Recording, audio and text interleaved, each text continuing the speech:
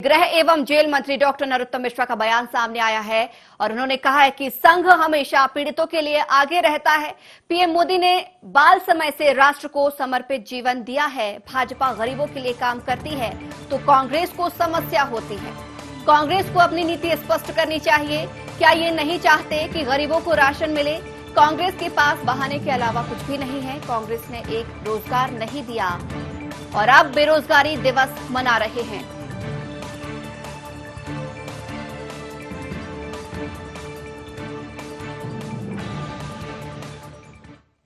बाल्यकाल से पूरा जीवन जिन्होंने गरीबों को, शोषित और पीड़ितों को समर्पित किया, ध्येयनिष्ठ जीवन जिया और जीवन राष्ट्र को समर्पित कर दिया, ऐसे प्रधानमंत्री जी को शतायु होने के लिए ईश्वर से प्रार्थना जन्मदिन पर और बहुत शुभकामना। जब भी भारतीय जनता पार्टी गरीब की बात करेगी, गरीब के हित की बात करेगी, गरीब के हित के लिए काम करेगी तो कांग्रेस को पीड़ा होना स्वाभाविक है, क्योंकि कांग्रेस सिर्फ बात करती है, भारतीय जनता पार्टी काम करती है और भारतीय जनता पार्टी काम करती है, ये कांग्रेस को हजम नहीं होता। डिहाइड्रेशन हो जाता है, हाजमा खराब हो जाता है और फिर वो ट्वीट करने लगते हैं, चुनाव आयोग को ट्वीट कर दिया। अरे कांग्रेस अपनी नीति स्पष्ट करे ना। निर्वाचन कैसे जमा मांगेगा कोई? जब आचार संहिता लगी है क्या? एक बात। दूसरा, शासकीय गाड़ी क्या राज्यसभा का सांसद ले नहीं सकते क्या? दो बात। तीसरा, क्या उस पर भाजपा का झंडा लगा था क्या? तीसरी बात। ये सारे सवाल हैं, इनके भी उत्तर हैं। अगर कोई जवाब मांगेगा निर्वाचन आयोग जरूर देंगे। ये कमलनाथ जी हैं, ये सिर्फ वोट मांगने ही जाते हैं, वोट मांगने के बाद चले जाते हैं। हमारे ग्वालियर में चैतुआ इसी तरह से आते हैं, चैत काटते हैं और चैत काटने के बाद जो जाते हैं तो अगले चैत पे आते हैं। साइबेरियन पक्षियों की तरह हैं, ये सर्दियों में आते हैं, सर्दी खत्म होते ही चले जाते हैं, फिर जब आते हैं तो सर्दी में ही आते हैं। ये वो लोग हैं जो सिर्फ चुनाव पे आते हैं, चुनाव खत्म होने के बाद जो जाते हैं तो फिर चुनाव पर ही आते हैं। बीच में ग्वालियर का क्या हो रहा है?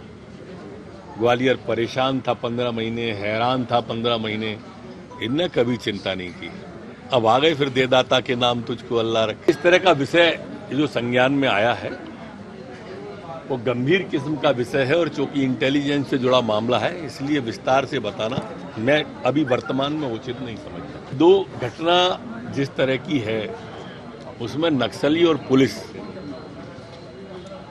इन दोनों के बीच की मुठभेड़ का मामला है।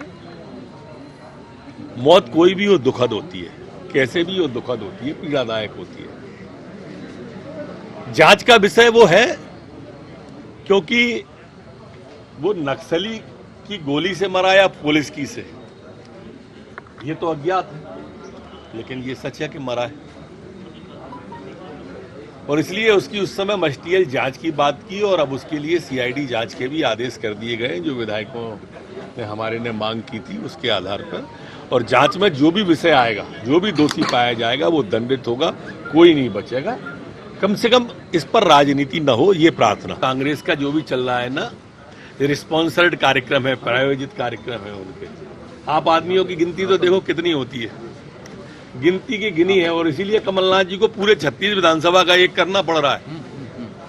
आज मध्य ग्वालियर संभाग में जो टिकट आए हैं और जिस तरह से कांग्रेस में बगावत हुई है, जो थोड़े बहुत बचे हैं वही पुतले जला रहे हैं और हो सकता है एक आध दिन में और भग जाए लोग, इनके स्वागत में ही कांग्रेस ही छोड़ दें। हम जस्टिस से बात करेंगे, लेकिन कोरोना की जिस तरह की व्यवस्था है सच में विचार है कि पैरोल को आगे थोड़ा और बढ़ाना चाहिए। मध्य प्रदेश के अंदर ऑक्सीजन की कोई भी समस्या नहीं।